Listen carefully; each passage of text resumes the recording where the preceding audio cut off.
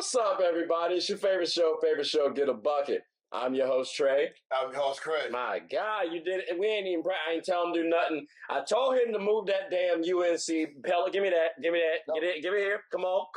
Let it go. He not let. You're fired. That's crazy. That's trash. I never liked you. I really didn't. I'm just saying right off jump. Everybody else good though? Everybody else good though?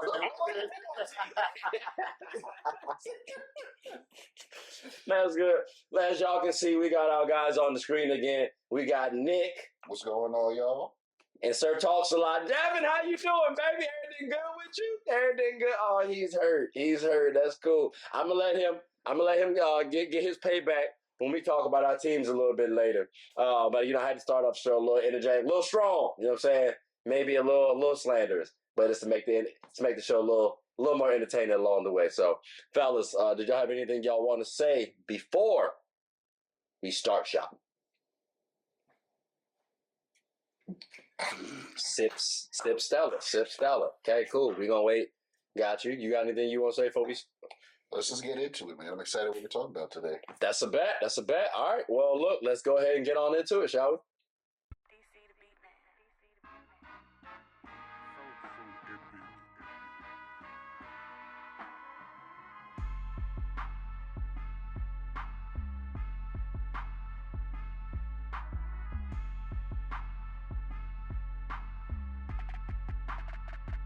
All right, ladies and gentlemen, listen, we started out the episode strong, right? So I think we got to continue it. Quarter one, we got here college teams. I know this is Get a Bucket, but we're going to talk about a little football, right? Y'all see the pillows. -1. So I'm a USC fan. I'm going to just say that off the break, right? We already stated he's a Miami Hurricane fan. I don't know if y'all can see it or not. This brother is clearly an LSU fan, right? And go Tigers. Yeah, I mean, you will be picking one. I mean, it's not the baseball episode, not Negro League specifically, but okay, shout out to the Negro Leagues. So clearly he don't have a squad. So he'll be the unbiased party. Devin, we'll start with you since you're the guest. You got anything you want to say about your LSU Tigers, which, by the way, they do play my USC Trojans week 1, which I already expect us to lose. That's right. I 8 miles myself. What's good, bro? Well, you already took the words out of my mouth. I expect my team to win. You expect your team to lose. We'll see what happens come Sunday. I think we'll both be watching that game really closely to see how it all goes out, because I think both of our teams are very similar, and we both have quarterbacks that are in their first year taking over a program. 2 high-profile head coaches offensively who are also fixing their defenses. So it's really, really intriguing. We got similarities on both sides of the ball from a team standpoint. Outside of defense, because I know that's our glaring issue, right? What would you say is USC's biggest woe? If you look at I'll say from an offensive standpoint, with Lincoln Riley in the past, the thing that USC has going for him is that in his history, they've been historically known for putting up, on average, 40 points a game. But if you look at the games where they usually have trouble, it's when they don't have a good rushing team. So if LSU can stop the run, they'll get to have some fun. But is LSU going to stop the run? Because I believe they will. Okay, now do you say that just because it's USC and you don't really respect us, or you think y'all defense is that elite? I think the defense is that elite because Blake Baker is back as the defensive coordinator. I remember how he fixed Missouri's defense to be like top 30 out of like 130 in college football this past year. Okay. And he used to be on LSU's defensive staff from the year before before Brian Kelly got there. Yeah. And we got Corey Raymond back, who's the godfather of DBU. So I know that secondary is going to be ready. And we got Perky. Perky's now repping number 7. So you already know he that dog. And they're going to have him running all over the place. So y'all got an elite defense. I guess y'all ain't got a suspect offense. No, because that offensive line's still the same. Okay, so we might be able to talk about y'all in the playoffs a little bit later on. Chris. No, for real, can I get the pillow, though? Like, can we get rid of that? No? All right, screw it. Miami. Are y'all really much to talk about? Notice I ain't talking about my boys like that. I'm sorry. I'm just a realist. Is there much to really talk about your boys? Absolutely. There's if people say that we are one of the picks to win the ACC this year. The what? ACC. The AC. That's cute. I guess. I mean, That's cute. that's cute. That's cute. That's cute. Y'all gonna play against. Why? You get so aggressive, Custom? Oh yeah. Why? Yeah. Oh no. It's jam time. Y'all gonna play against them on Sunday. So Well, exactly. we've already established that. I already said I'm gonna lose. So your point really don't matter. You ain't gonna have no faith. Wow. Well, I mean, he already texted me saying he's already starting 0-2 this weekend. So you ain't gonna have no faith, but no. I'm a realist. Just like how this brother, I looked at him and he started laughing after you said that your team is legit. Like it's one of the favorites of the ACC. How about contenders? Let's talk there. Like, can y'all get to the playoffs and make some noise? Playoffs, maybe. So y'all maybe can get to the playoffs. It only just depends on how we play at tomorrow. Well, in Gainesville. So you're first. So you mean week 1? Yes, week 1. All right. So if y'all win week 1, then you think y'all will be able to have some fun come at the end of the season. I pointed at you, so don't act like I'm stealing your shit. Absolutely. Week 1 is literally going to tell us how our season is going to be. It's either they want to have a good season or we want to have a mid-season. All right, so if y'all win week 1, y'all have some fun, but if you lose, then y'all some poo. We ain't poo. Poo is what? We ain't poo. I mean, you trying. All right, that's cool. We trying to long story. live out here. I mean, it like I said. Okay. Let's ask this. Do we need to talk about Miami, fellas, at all? I have a question about Miami, actually. It's like legitimately. Forget the playoffs. Is Miami a legit contender to get to the ACC championship? Well, he just said yeah, and I'm not trying to add that by. I said honestly. Hold on. You just said that.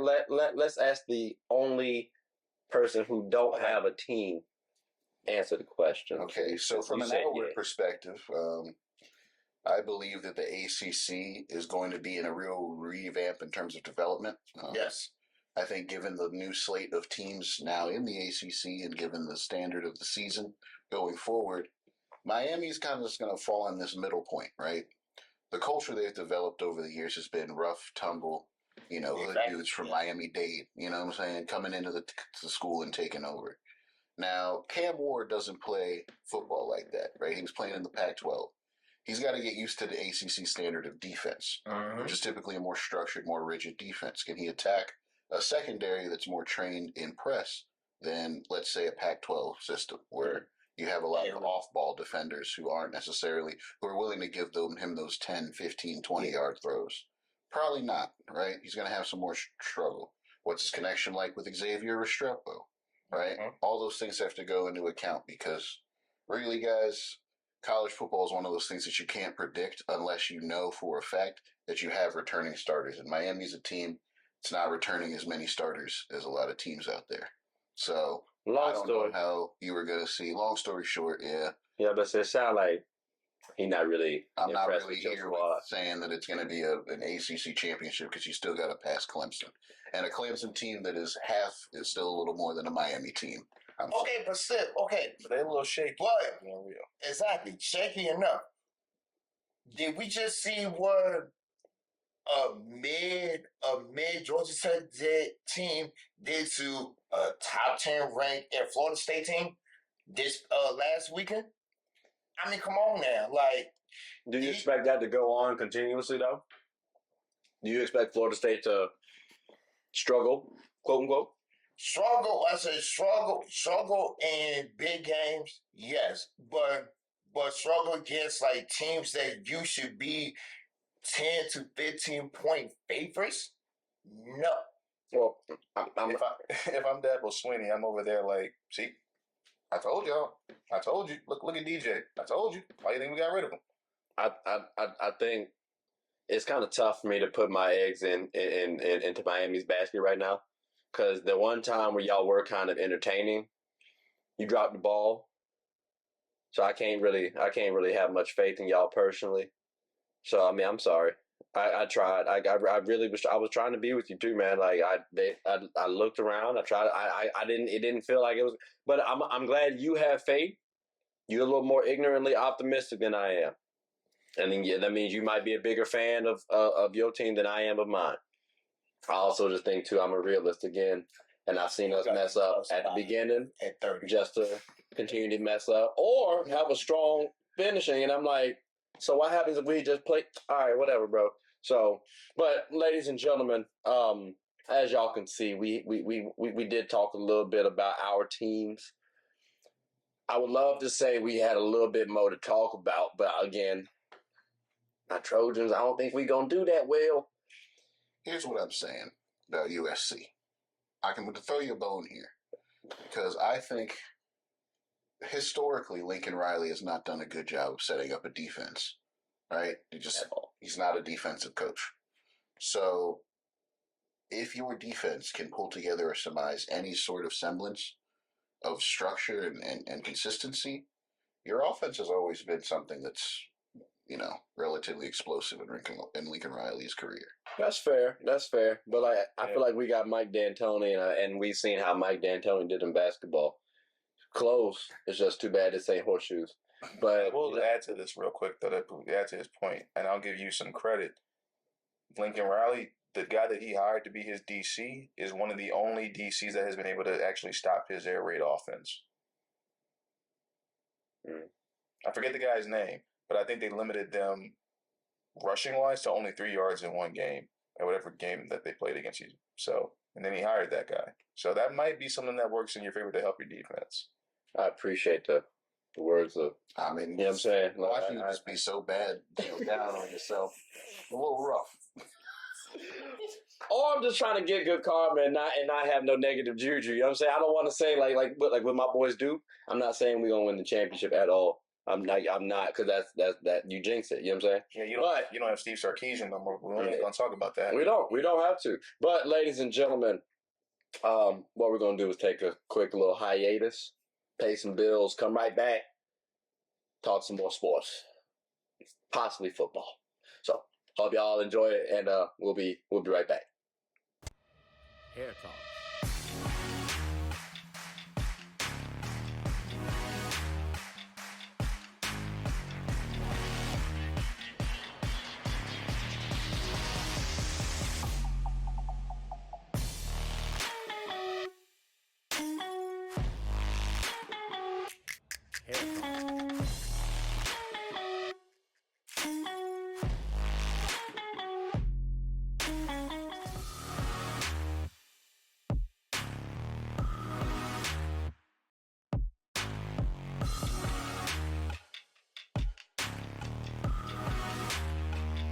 Hair Talk.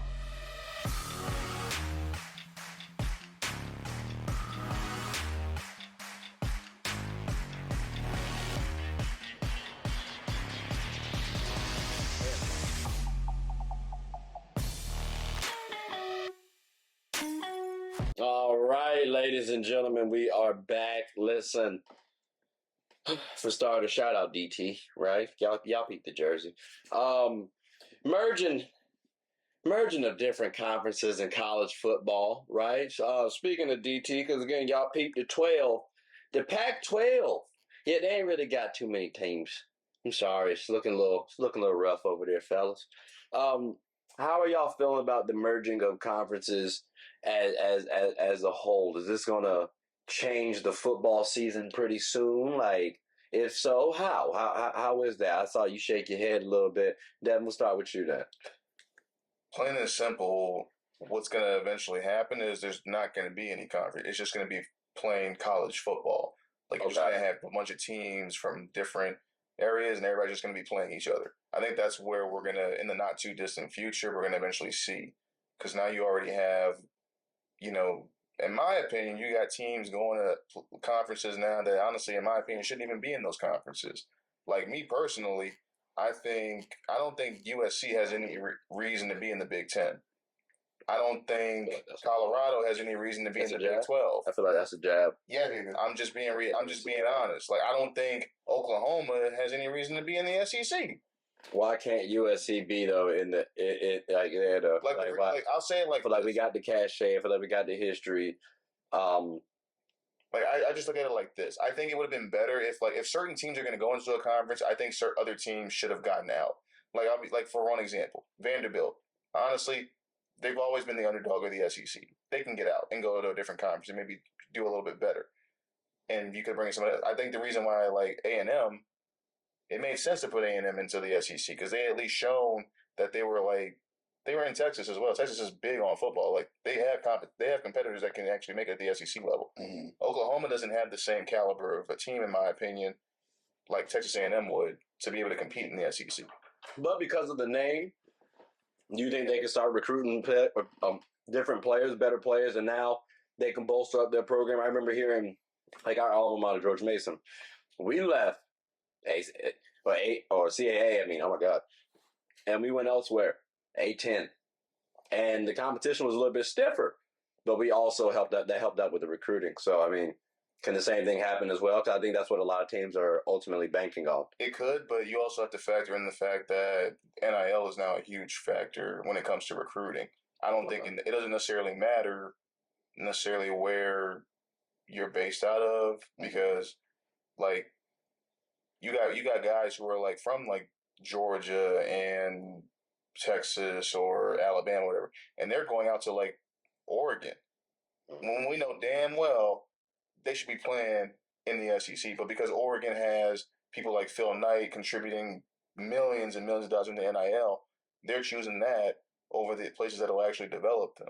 Okay. So you got to be able to sometimes you got to be able to factor that in when it comes to like who's building top tier programs as well. Okay. Now, I was about to say, I'm hearing a lot of unhuns over here. So if we get rid of the conferences, right? Mm-hmm.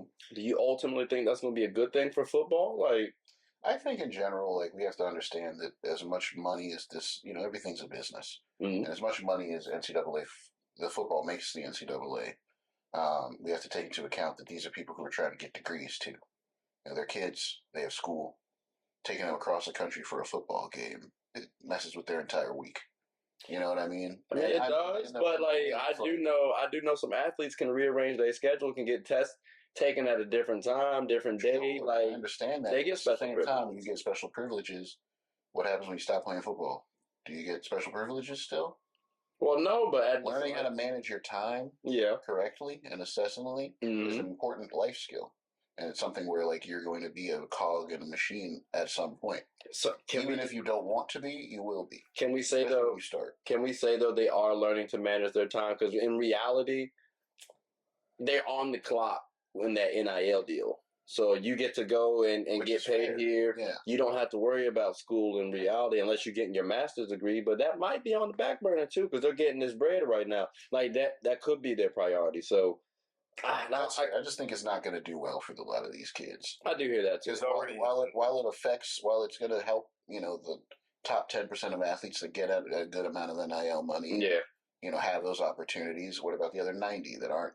And that goes back to my point. The other issue that I have with the NIL is two things. One, I feel like it hurts players' development, and two, I think it causes. It makes it more difficult to manage a roster because a lot of these kids think that because they were a 5-star recruit coming out, and it's like, oh, I'm backing up this person. I didn't get a lot of playing time. Like, I need more money going into my next year. I'm like, but you're not even starting. Like, why? Like, would I pay you or give you a bigger NIL deal when the NIL is in place off of name, image, and likeness? If your name ain't really out there that much, why do you think you deserve more money when you haven't even played it down? And I think that's where there needs to be a little bit more regulation, like as far as like how everything is structured. Well, all these kids are following the example of like Travis Hunter, right? In the way that he finessed the NIL system in kind of its inception, and view themselves as kind of that same caliber of athlete. But there's only one athlete in NCAA history since the '60s who's successfully played both sides of the football multiple times.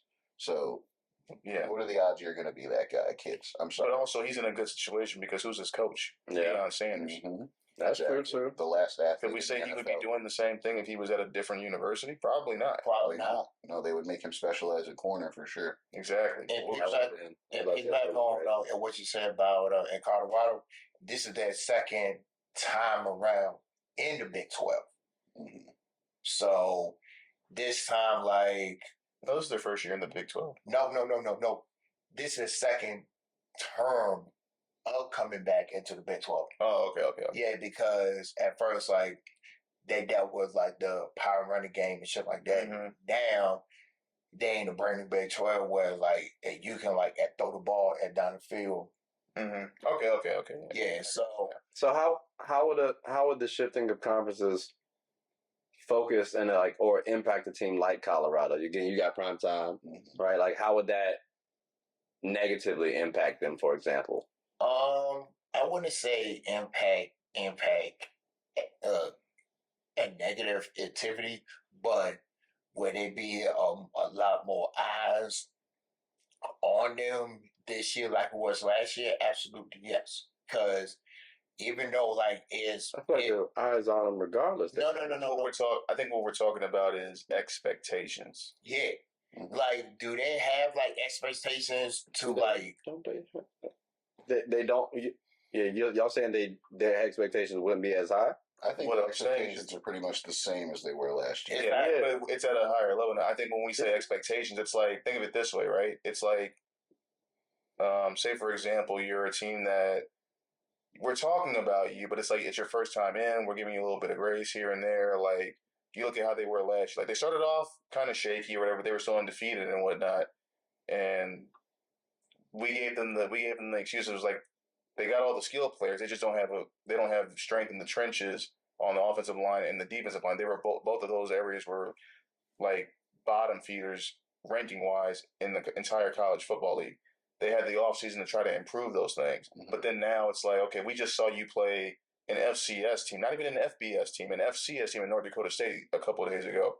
And you still struggled in the trenches, offensive line wise, defensive line wise. There were a couple of missed tackles, but we're not going to count that much. It's the fact that there was no real pass rush and there was no really strong emphasis on the offensive line, which is literally the two things that Deion said that they were going to fix the entire offseason. It's true. So like every issue they had was not addressed. Okay, so if we're getting rid of the conferences, then it doesn't sound like it's going to benefit Colorado at all because they still have issues that they need to address, preferably in the trenches. Is that fair to say? But to be fair, also based off of one game that we've seen. I mean, still, I think like the point is the conference. I ain't trying to talk about specifically. I was just using them as an example. Mm-hmm. If we're removing the conferences, is that going to help or hurt them? And it sounded like it ain't going to do but so much. Either way, he said there won't no negative vibes. I didn't hear a positive vibe for him. I think the reality is, whether there's conferences or not, if you're that team, you that team regardless. And I just think in Colorado's standpoint, from what I saw, I'm missing that it factor from them. I'm missing the need, because what is Deion's mantra? He's like, I don't have captains. I got leaders and I got dogs. I don't see the dog aspect. I don't see as much leadership going on as I would like to see. Okay, all right. Well, like say what you mean what you say. If that's how you want to lead your program, I got to see that. But I don't feel that energy. I don't feel like Coach Clay used to say, the 3 E's: energy, emotion, enthusiasm amongst my leaders and my dogs. I don't feel that from that team. I don't see it. Okay, all right. Well, fellas, I hate to do it to y'all like this. Y'all heard the buzzer though, but Deion, we might have to talk about you, champ, because I ain't gonna hold. That quarter was supposed to be specifically about the format of playoffs, of season, how it impacts and stuff. I use y'all as an example. They kind of got a little focused on you. My bad. We love you, Deion. It didn't sound like we still love you. But what we're gonna do is take a quick hiatus, come back, And we might talk about y'all a little bit. So We talk about y'all. but we also talked about you a good bit too. So maybe we got to talk about some other team staff. Now that I think about it, let's figure it out. And we'll come right back. All right, after a moment from our sponsors. Hooping is an activity that can be enjoyed by all. It's a team game about getting and stopping buckets. Everyone's always rushing to the gold. Well, make sure to rush and watch Team Gold Rush, one of the best teams in the Special Olympics of Virginia. Team Gold Rush even has former NBA All-Star participants on the team. Clearly, they've struck gold. Ready to suit up and practice? I know. We talking about practice. Not a game. We talking about practice. Practice still makes perfect. So when the opponent starts hitting their shots, Team Gold Rush can bounce back due to their training. Remember, offense sells tickets and defense wins championships. Watch us get a bucket and rush for the gold. We aim to be that gold standard. So want a team where you can win and have fun? Team Gold Rush is your number one. All right, ladies and gentlemen, we are back. Listen, college football. Unfortunately, I ain't the biggest fan of it. You know what I'm saying? My team, I don't want to talk about it. But the season focus, though, there's a couple of teams that we can focus on. I'm going to just get right down to it, fellas. We're going to go around the room. Georgia, are they a clear-cut favorite to win it all? Yes. Okay, so yes, you say No. no, and you say Yes. yes. Okay, we got two yeses and no. Georgia, they love you. Alabama without Saban, can they get to the playoffs? Yes. Yes. Okay. Maybe.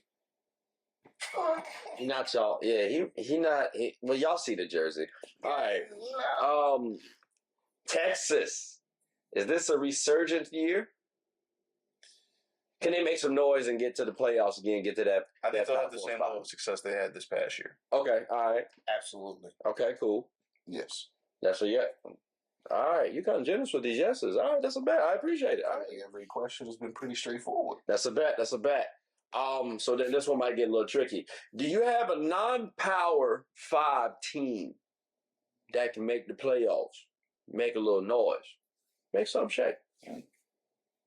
I would say no, No? because this year they lost a lot of people in the athletes. Okay. All right. That's a bet. That's a bet. I don't know nobody. He don't know nobody. That's tough. You all right? So this non-power 5 is looking a little Y'all treacherous. rattling off JMU, Tulane. Like, I don't know. All right. Shots fired. Bang bang. Hey, I like Tulane, but I no. almost thought you had a JMU jersey on, Chris. What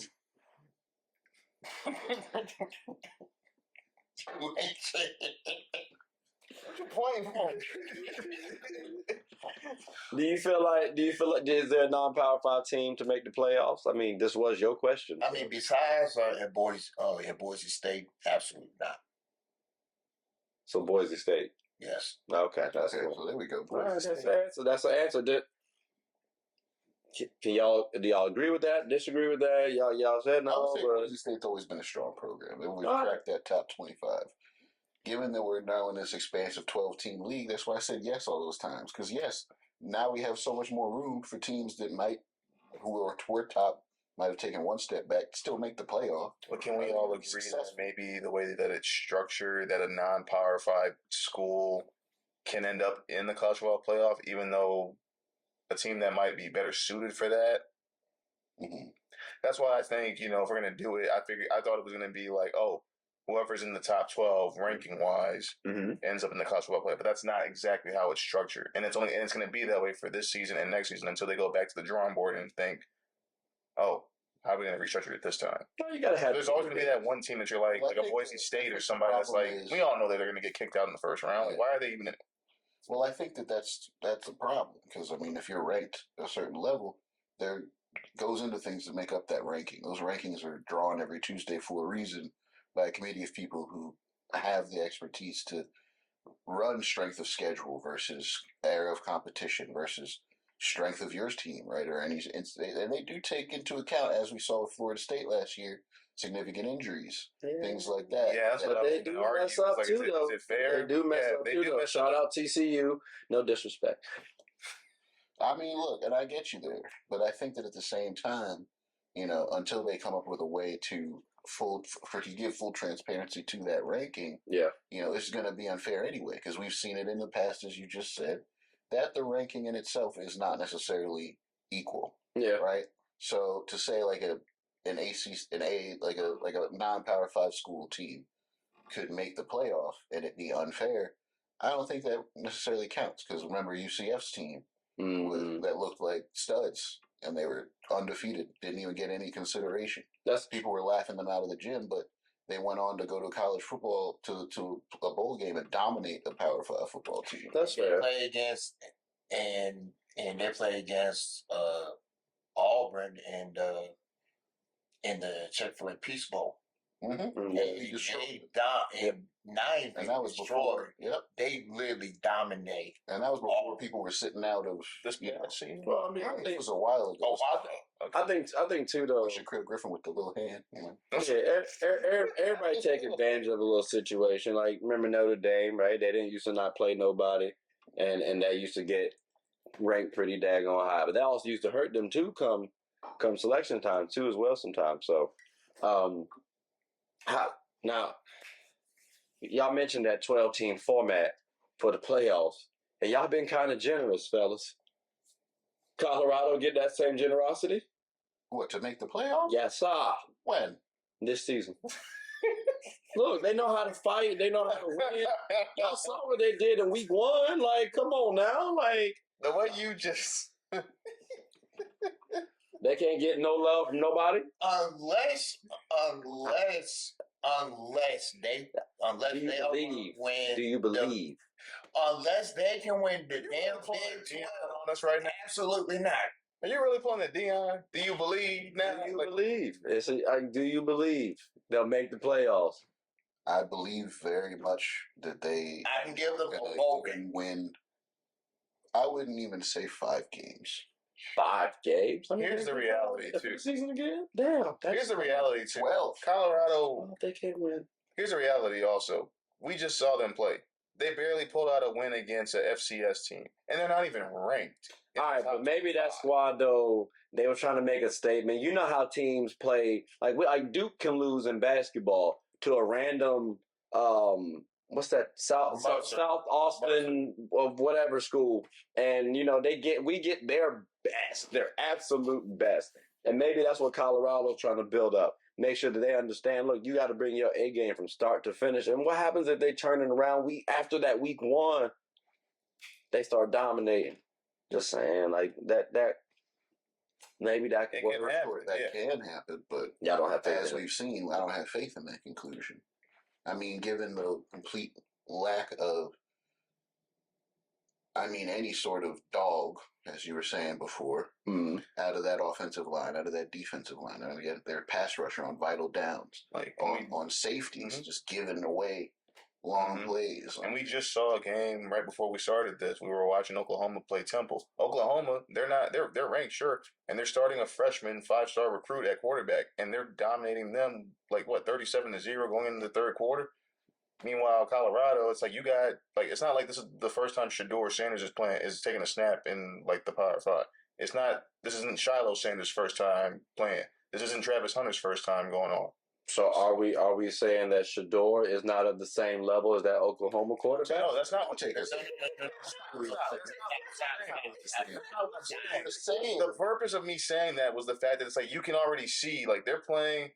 Oklahoma was playing Temple, and you can see clearly they haven't slowed down a little bit. They got it looks like they got their stuff together now. They still got to go through a SEC schedule type season, but we already can tell that they got it figured out. Colorado is supposed to be a team that is dominant, and we expected them to put me personally. I thought Colorado was going to beat NDSU by 20. The final score was 31-26. It was up to a Hail Mary. The guy caught it. It was a good catch. The guy did catch the Hail Mary, but if the clock didn't run out, we could be having a different discussion about Colorado's. With lack of hope, it'd be a Okay. talk about how they're going to recover from the ashes that was this fallacy that was promised, right? Because what we saw was somebody who spent an entire offseason talking smack Mm. and didn't address any real issues. You know, they say they brought in this talent. Well, who's your offensive line coach? Who's your offensive coordinator? Right. How are they not emphasizing the run game? I think Pat Shermer's the offensive coordinator. He used to be the Giants head coach, and then he got fired after like a year. Yeah. I remember that name. Yeah, that's a throwback name right there. And guess what? Hiring people who get fired isn't a good tactic half the time. People continue to do it. Maybe the situation they hear about, they know this person. Like, I get it. Maybe, like, context matters, but you're not wrong, too. If people are consistently getting fired all the time.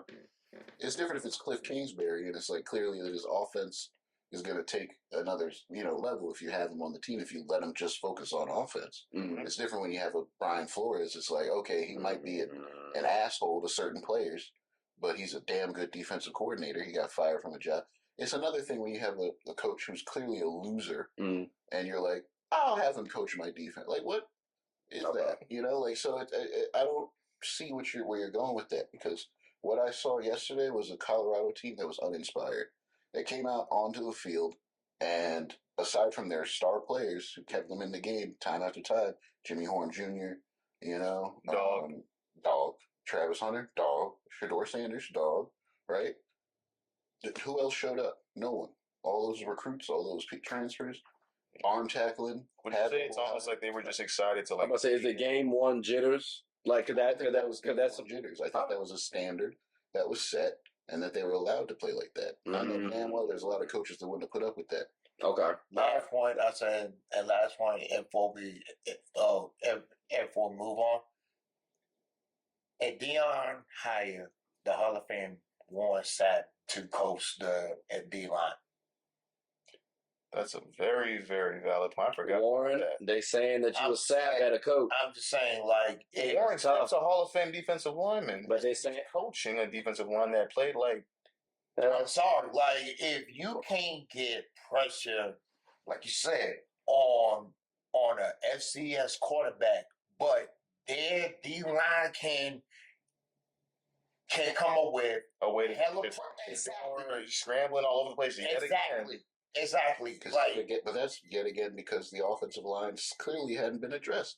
Again, pad level. I watched those kids let players go by and then just stand there and watch, not going back, not trying to recover. It comes down to coaching. Could it also be the fact that Warren I would like to be a coach? I would like to point out, fellas, we were extremely generous with Georgia, Alabama, Texas, and Oklahoma. Colorado got no love. That's tough. I just wanted to say that because Buzzet. What you mean? I said Colorado was the only one that didn't get love. Yeah. Hey, love you, that don't sound like it. It don't sound like it. Deion at the end, it is what it is. It is what it is. We are taking a break. Y'all heard the buzzer. It is what it is. Like, when we come back, so you got to keep people on schedule. You know how he's trying to get us when we come back, we'll talk a little bit more sports. But this has been a couple of segments where we've heard Deion slander. But we'll be back at the moment. Sports is one of the few things that genuinely connects us together. Whether with coworkers, friends, family, we all love the entertainment. Well, here on Get a Bucket, my goal is to talk about sports and its cultural impact. The WNBA, for example. The WNBA is loads of entertainment, from the new rookies battling, displaying their skill sets, and preparing to take the league by storm, to the Titans and the MVPs of the league clashing for battles we'll always remember. From imagining the soon-to-be possibilities, to admiring and treasuring the finales. Get a Bucket is a platform where other sports analysts, hoopers, coaches, and fans of the show come and talk about the WNBA, both negatives and positives. So if you haven't, take a quick peek. At the very least, you'll have a good time. Remember, sports is one of the few things that genuinely connects us together. So please, tune in and stay connected.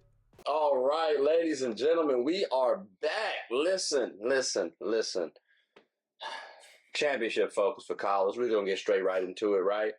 Y'all, anybody got a contender, like a top favorite contender? Like, y'all going on FanDuel and put y'all hard-earned money on these boys. Which ones are going to be? Come on now. I need a team. Anybody got a team? Texas and Steve Sarkisian. Texas? I actually second that. Texas. Ooh, okay. They made it to the top 4 last season. And they're returning most of their starters and have new starters from. The only thing that they lost that may be a little bit of a setback is Bo Davis is now LSU's defensive line coach. Mm-hmm. Okay. He wanted to get his LSU plug in. That's all it was. Okay, I see it. I mean, Chris, I get 2 Texases. Can I get a different answer? Or you gonna be with the crowd? I'm picking Georgia. Georgia. All right, you got Georgia on your mind. Carson Beck overrated, but that's not mine. You think that song was overrated? Carson. Wow. I said Carson Beck. That's Quarterback of crazy. Georgia. I said the quarterback of Georgia is overrated. Oh, okay. Ain't nothing about no song. What you talking about? Said the author of the Georgia's on. I said Carson Beck, the quarterback of Georgia, is So overrated. okay, that's fair. Damn, Carson. You just out here disrespecting disabled people. That's crazy. The fuck? No. That's crazy. Yo, we gonna edit that out, y'all. No, we're not. All right, so we got Texas, Georgia, and Texas. I'm just keeping it stacked because y'all might be wondering. I'm moderating right now. I ain't got the answer. So why y'all? You are upset. Woosah. But all right, so Get the hell off me. So if Georgia and Texas meet up in the championship game, Which one? I'm talking about for all the marbles. So the national championship, because they're going to possibly meet They in don't the need SEC an SEC championship. Okay, that's fair. National And they play- National championship. Well, here's the dilemma. If they meet in the SEC championship, Oh, does that knock them out? that does But- not change the sphere of things. It might. I mean, they both should still make the tournament, though, wouldn't they? Oh yeah, I can see that. Possibly. I think it just depends on how far they knock them. If it's like if it's 1v3, and then they go. Well, here's the reality: they both have to play each other in the regular season. So What happens if Georgia wins? What happens if Georgia wins Mhm. the regular season matchup, and they're the SEC champs, right? And then Texas got to play more games because that first let's say Georgia's a bye. He has a great point, which is that they're actually playing in the regular season. Yeah, in the top 12. They'll meet again in the SEC championship. potential. I'm gonna say will they? Because that's why I said like let's say Georgia wins it all for the SEC. Mhm. They win the regular season championship. They don't necessarily have to play them, and they're the higher seed. Well, here's what we have to factor in, right? And this is where I'm coming from, right? Because we're also let's give people context. I'm looking at it from the standpoint of the only time that one of them will have a loss is when they play each other in that regular season. Yeah. Which means one person will finish the season 12 and the other one's going to be 11-1. And that's gonna Now the question is the team that's 11-1 in the SEC championship, they get the W, and now they're both sitting at 12-1. Now, how do we factor that in terms of like? Because see, how okay, it's gonna play out for the playoffs now? I get that too. But when I would even give the nod to the team that wins the SEC championship and loses in the regular season. that's fair. Exactly. But what if it's a close regular season? I mean, championship game, but a dog walk in the regular season. That was Still. Still, that was still Like 35 points. that was still When it counts. Okay, was that's fair. still- That's fair. I said that was still it looked the same because Yeah.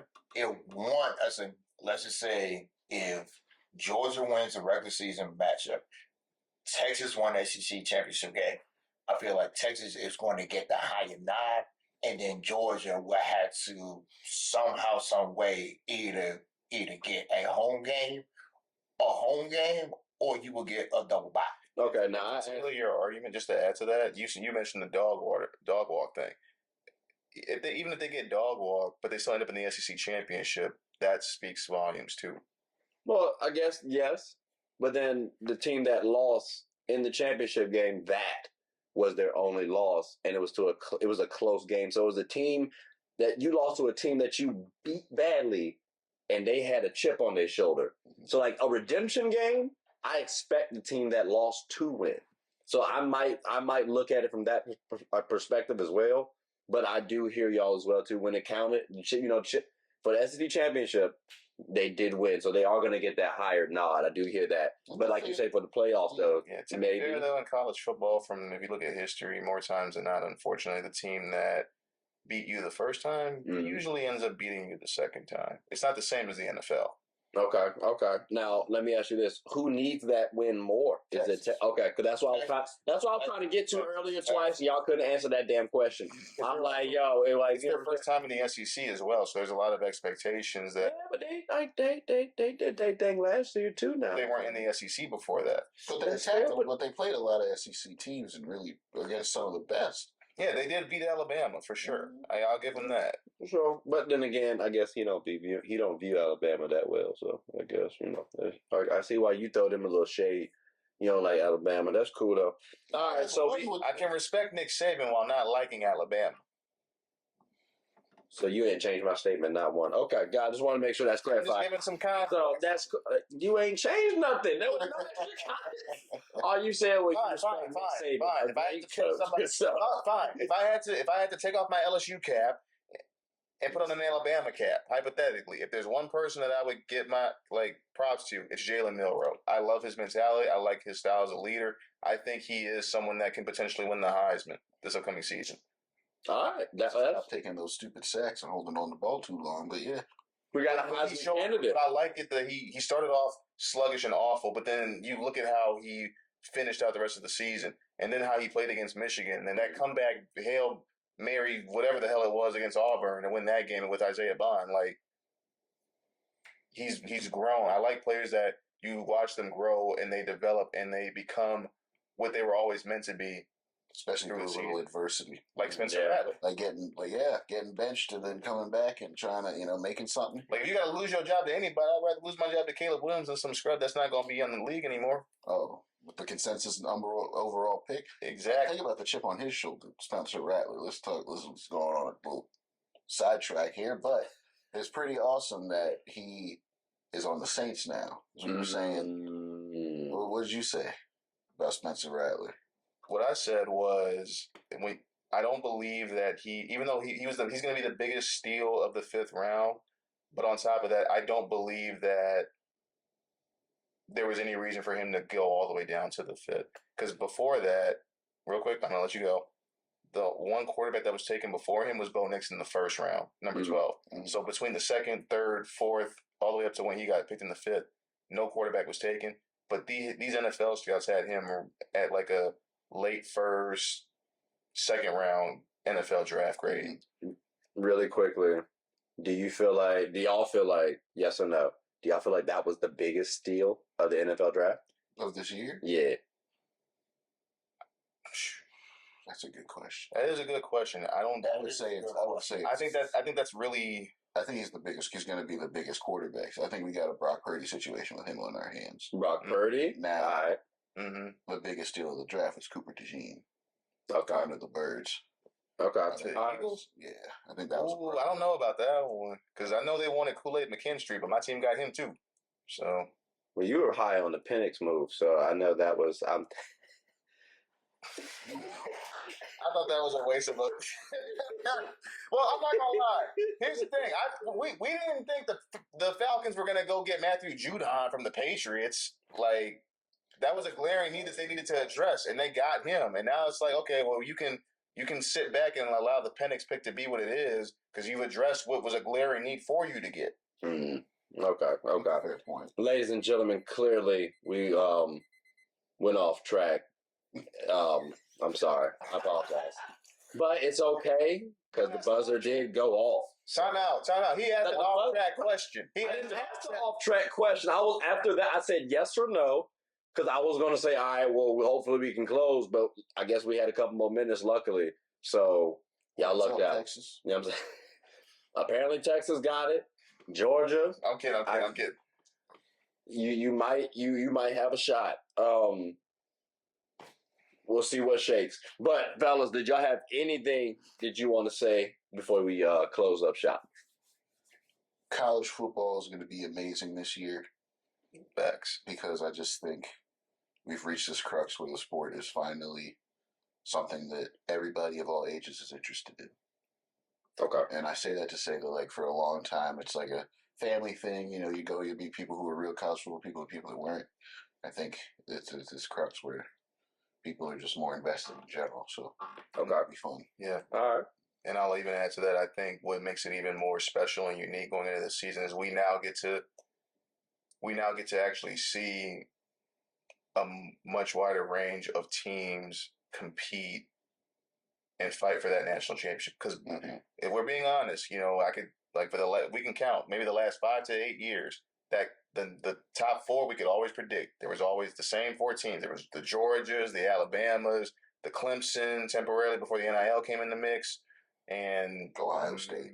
Yeah, Ohio State. Random. Thank you. Well, random four sometimes. Random four. Rotate. You can throw Michigan in there for like the last couple of years, but not long enough as those 4. Not as now we have an opportunity where we can actually see more diversity amongst the teams. Where it's like, okay, now we're not going to have a Florida State situation last year. They may still have a potential opportunity to get in. Yeah. So I think that there's a lot to be desired, and I think it gives back more attention to those bowl games.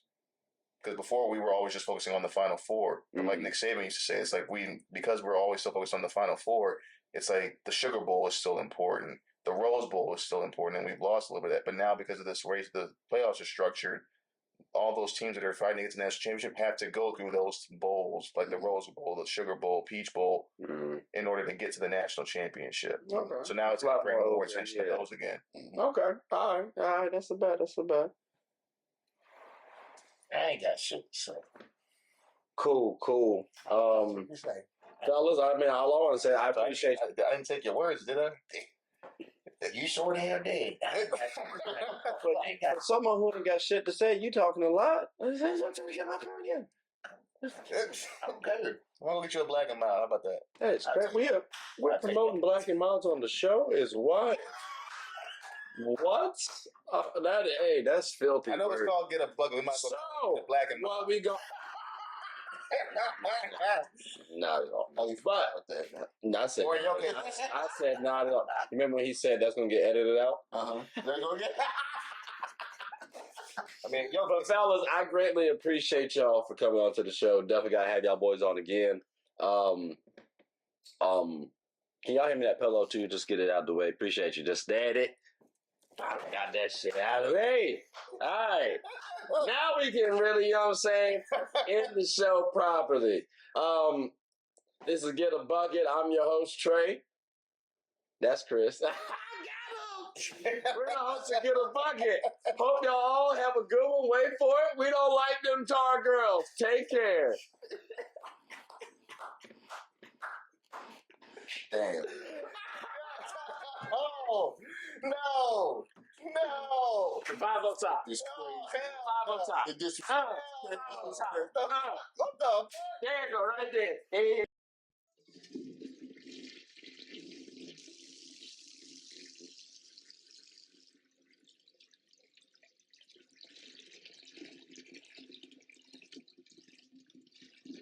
Oh, I did not know you guys were still here. As you can see, we're at the back end of the show. No pun intended, but look, hope you all enjoyed it. And before you go, please subscribe to the YouTube channel, follow the IG account, share the content to anybody who's anybody. And most importantly, leave your thoughts and comments below. But I got to go back and play Buddy in 2K, so let me unmute him real quick. Excuse me. Hey, boss, I'm back. Nah, you better catch this word. You know we get buckets right here, kid.